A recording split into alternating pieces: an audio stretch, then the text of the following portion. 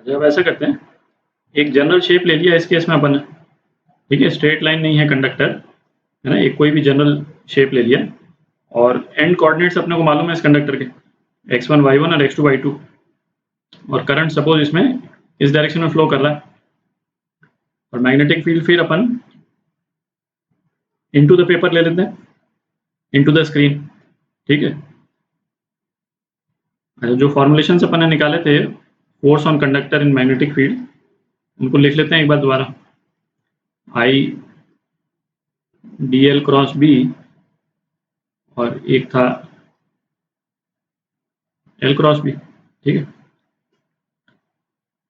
अब ऐसे करते हैं, इस कंडक्टर को जैसे 4-5 सेगमेंट्स में तोड़ देते हैं, है ना, और हम एज्यूम करेंगे कि हर सेगमेंट जो है वो स्ट्रेट है, ठीक है। ये केवल इलस्ट्रेशन के लिए अपन ने तोड़ा इसको, है ना, एक्चुअल में तो डीएल जो है वो बहुत मतलब छोटा होगा, पर है ना इलस्ट्रेशन पर्पस के लिए जो पॉइंट अपन प्रूव कर रहे हैं, है ना, उसके लिए अपन ने तोड़ दिया इसको। इसको DL1 बोल देते हैं, इसको DL2, DL3, DL4 और DL5, ठीक है। ये सारे DLs जो हैं वेक्टर्स हैं, हर एक का अपना इंडिविजुअल डायरेक्शन है। तो जैसे पिछले वाले केस में अपन ने किया था, हर DL जो है स्ट्रेट है, तो उसके हर DL के हम x और y कंपोनेंट लिख देते हैं, ठीक है। तो DL1 को हम लिख सकते हैं DLX1i प्लस DLY1j, ठीक है। DL2 को हम लिख सकते हैं DLX2i प्लस DLY2j, और इसी तरह से DL5 लिख सकते हैं अपन DLX5i प्लस DLY5j, ठीक है। अच्छा, ये क्या हो गए बेसिकली, आप देखें तो इसको यहां से मैं एक्सटेंड कर दूं तो हर एक का जो x कंपोनेंट है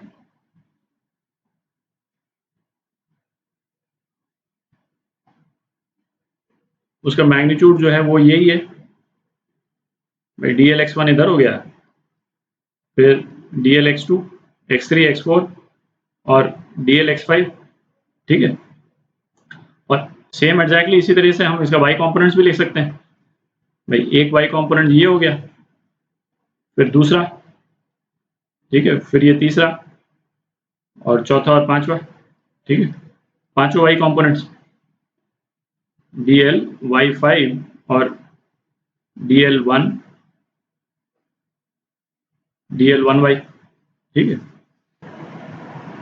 अच्छा, अब L जो है वो बेसिकली इन सभी DLs का एडिशन है, DL1 प्लस DL2 DL5, ठीक है। और यदि हम ये वैल्यूज डाल दें और x कंपोनेंट y कंपोनेंट अलग कर लें तो ये DLX1 plus DLX5i plus DLY1 plus ये डॉट डॉट डॉट DLY5j, ये लिख सकते हैं, ठीक है। तो इसका मतलब क्या हो गया, है ना, वही सेम चीज जैसा पिछले बार में अपन ने स्ट्रेट कंडक्टर के केस में अपन ने देखा था, तो इस कंडक्टर का जो इक्विवेलेंट केस है हम उसको यहाँ पे एक्सप्रेस कर सकते हैं, वो इस शेप का हो जाएगा,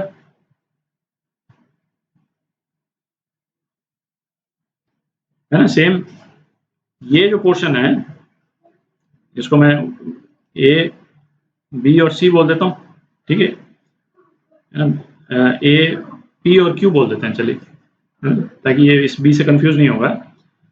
और AP जो है, AP क्या हो गया, AP का डिस्टेंस जो है वो ये हो गया, और QP जो है, QP का डिस्टेंस ये हो गया, ठीक है, ये दिख रहा है। तो इस केस में AP कितना है, x2 माइनस x1, और QP कितना है, y2 माइनस y1, ठीक है। तो ये वाला जो कंडक्टर है APQ, इस पे जो फोर्स लगेगा और ये जो जनरल कंडक्टर जो अपन ने देखा इस पे फोर्स लगेगा, एग्जैक्टली सेम होगा, ठीक है।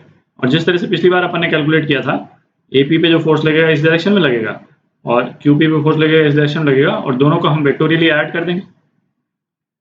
ठीक है, तो फाइनल रिजल्ट यदि हम लिखना चाहें तो यहाँ पे सीधा ही लिख सकते हैं, इस जनरल कंडक्टर पे जो फोर्स लगेगा वो क्या लगेगा, AP पे फोर्स लगेगा y डायरेक्शन में, तो पहले y कंपोनेंट लिख देते हैं, है ना, I L कितना हो गया, x2 minus x1 B into J, क्योंकि ये J डायरेक्शन में, और माइनस x डायरेक्शन में ये कितना हो जाएगा, I y2 minus y1 B I, और ये माइनस। ठीक है, तो ये एक्सप्रेशन हो जाएगा आपका इस कर्व्ड कंडक्टर के लिए। ठीक है, तो ये एक जनरल रिजल्ट आ गया। हमको केवल एंड पॉइंट्स चाहिए किसी भी कंडक्टर पे फोर्स निकालने के लिए, जिसमें एक दो चीज और देख लेते हैं जरा, थोड़ा इसको मिटा देता हूँ। अच्छा, ये जो फोर्स जो अपन ने निकाला है, देखिए ये केवल एंड पॉइंट के कोऑर्डिनेट्स पे डिपेंड कर रहा है, अंदर जो बीच का जो शेप है उस पर डिपेंड नहीं कर रहा है। तो एक्चुअली में ये कंडक्टर का शेप जो है इस टाइप का भी होता है, ठीक है, तब भी इस पे फोर्स जो है यही लगता है ना, उसमें कोई डिफरेंस नहीं आता। क्योंकि जैसे यदि ये एस शेप पोर्शन दिख रहा है आपको कंडक्टर का, इसको यदि हम ध्यान से देखें तो जो ये वाला पोर्शन है इसका एक्स कंपोनेंट इस डायरेक्शन में है, दिख रहा है, करंट जो है वो सपोज हम इस डायरेक्शन में ले रहे हैं। ठीक है, इस वाले पोर्शन का इस डायरेक्शन में, फिर दूसरे कलर में बना देता हूँ ताकि दिख जाए अपने को, ये वाला जो पोर्शन है, ठीक है, इस पोर्शन का जो DL है वो इस डायरेक्शन में, ये तो एक दूसरे को कैंसिल आउट कर देगा। ठीक है, पर ये वायर क्या है, इवेंचुअली यहाँ जा रहा है। ठीक है, तो ये एक जो तीसरा वाला जो पोर्शन है, ये वाला जो पोर्शन है उसका एक्स कंपोनेंट फिर आता है वो इस डायरेक्शन में, तो नेट जो कंपोनेंट इस डायरेक्शन में आएगा है ना, वो एक ही बार आएगा, इन द सेंस ये दोनों तो कैंसिल आउट कर देंगे एक दूसरे को, और बच जाएगा केवल ये, है ना, या कैसे भी देख लें आप, है ना, दो कैंसिल आउट हो जाएंगे और एक बच जाएगा। ठीक है, तो इसका शेप जो है वो चाहे जैसा हो, एंड कोऑर्डिनेट यदि ये है तो फोर्स जो है वो यही रहेगा। ठीक है, अच्छा, अब हम देखते हैं यदि हम किसी एक वायर लूप को रख दें यूनिफॉर्म मैग्नेटिक फील्ड में, या फिर मैग्नेटिक फील्ड अपन ने लिए, उसका डायरेक्शन जो है वो इनटू द स्क्रीन है, और अब की बार हमने वायर लूप रख दिया है, तो क्लोज लूप है, तो करंट जो है वो इस केस में सपोज इस वाले आर्म में इस तरह से जा रहा है, और इस तरह से जो है करंट लौट रहा है। ठीक है, अब जो भी अपन ने डिस्कशन जो अभी तक किए हैं, है ना, अपन उसको रिपीट किए बिना अपन ये तो इमेजिन कर ही सकते हैं कि इस लूप को हम इससे रिप्लेस कर सकते हैं। भाई जैसे ये वाला जो आर्म है इसका इक्विवेलेंट क्या हो जाएगा, इसका इक्विवेलेंट ये हो जाएगा। ठीक है, ये हो जाएगा x2 माइनस x1, और ये हो जाएगा y2 माइनस y1, और करंट जो है इसमें इस तरफ से जा रहा है, ये तो इस वाले आर्म का हो गया, और वो जो रिटर्निंग आर्म है, रिटर्निंग आर्म फोर्स के पॉइंट ऑफ व्यू से इक्विवेलेंट जो है क्या हो जाएगा, ये हो जाएगा, और इसमें करंट जो है वो इस डायरेक्शन में। ठीक है, सेम करंट I, और इसकी भी लेंथ जो है वो x2 माइनस x1 है, और ये y2 माइनस y1 है मैग्नीट्यूड। ठीक है, तो इस केस में हम सीधा ही कह सकते हैं भाई इस पे जो फोर्स लगेगा वो इस डायरेक्शन में लगेगा, मैग्नेटिक फील्ड तो यूं है ना, इनटू द पेपर, इस पे इक्वल एंड अपोजिट फोर्स इस डायरेक्शन में लगेगा। ठीक है, क्योंकि दोनों लेंथ जो है सेम है, इस पे जो है वो फोर्स लगेगा इस डायरेक्शन में, और इस आर्म पे फोर्स लगेगा इस डायरेक्शन में, तो नेट फोर्स जो है वो लूप पे कितना हो गया, 0। नेट फोर्स ऑन लूप ये 0 हो गया। ठीक है, तो वायर लूप जो है वो किसी भी शेप का हो, उस पे नेट फोर्स जो है वो 0 होता है। ठीक है, उसको मैग्नेटिक फील्ड में हम रखेंगे तो उस पर फोर्स 0 होगा। अभी आगे अपन देखेंगे उस पर टॉर्क लग सकता है, बट नेट फोर्स जो कि उसको ट्रांसलेशन मोशन दे सके, है ना, वो 0 होगा। रोटेट हो सकता है वो कर जाए, बट ट्रांसलेशनरी मोशन जो है वो 0 होगा। ठीक है,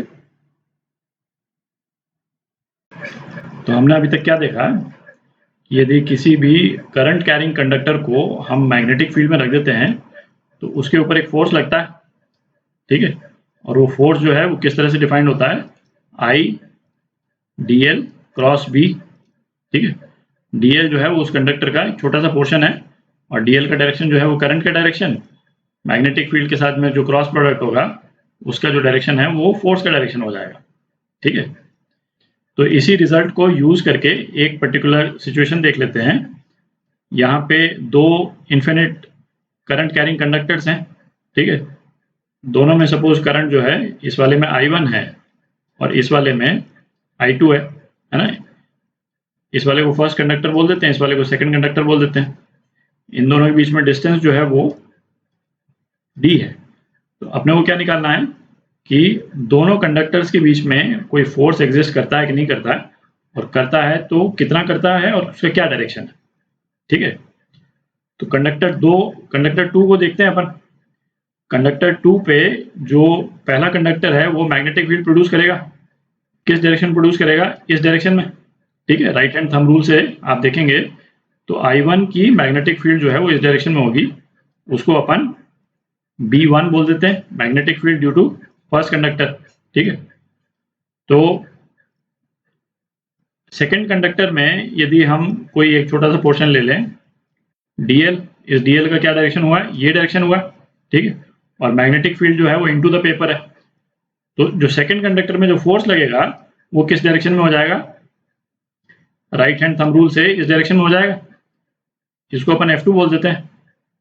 तो F2 जो है वो क्या हो जाएगा, F2 सेकंड कंडक्टर में जो करंट फ्लो कर रहा है वो dl, इसको मैं dl2 बोल देता हूं, dl2 into magnetic field due to first conductor. ठीक है, अच्छा B1 का जो मैग्नीट्यूड है वो कितना है, म्यू नॉट I1 अपॉन 2 पाई d। इस कंडक्टर के कारण जो मैग्नेटिक फील्ड है सेकंड कंडक्टर पे उसका मैग्नीट्यूड इतना है। ठीक है, अच्छा ये तो अपन देख ही सकते हैं कि dl2 और B1 के बीच में जो एंगल है वो क्या है, 90 डिग्री है।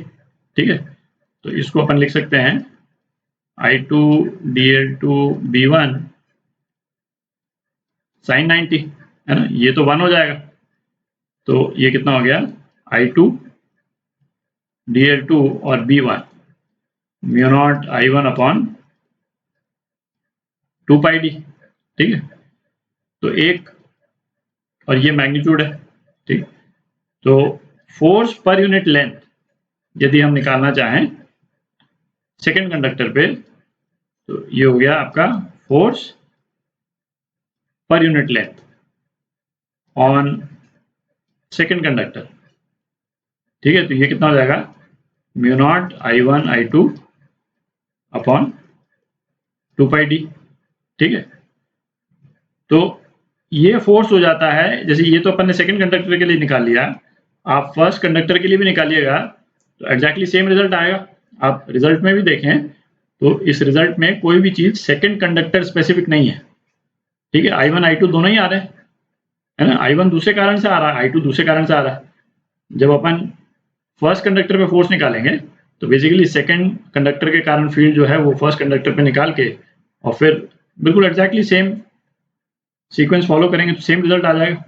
ठीक है, इसमें बस केवल एक चीज देख लें कि ये फोर्स जो है ये अट्रैक्शन का फोर्स है ना, दोनों कंडक्टर्स एक दूसरे को अट्रैक्ट कर रहे हैं।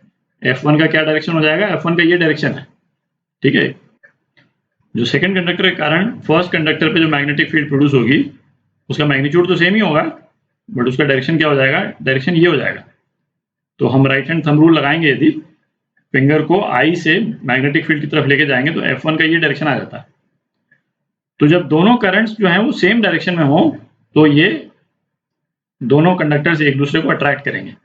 ठीक है, फोर्सेस जो हैं दोनों एक दूसरे को अट्रैक्ट करेंगे, और यदि करंट्स जो हैं अपोजिट डायरेक्शन में, मतलब I1 इधर है और I2 का डायरेक्शन ये है, तो ये दोनों कंडक्टर्स एक दूसरे को रिपेल करेंगे, है ना। आप करके निकाल लें, रिजल्ट यही आएगा, मैग्नीट्यूड यही आएगा, केवल डायरेक्शन जो है वो चेंज हो जाएगा। ठीक है? तो इसको ध्यान रखें।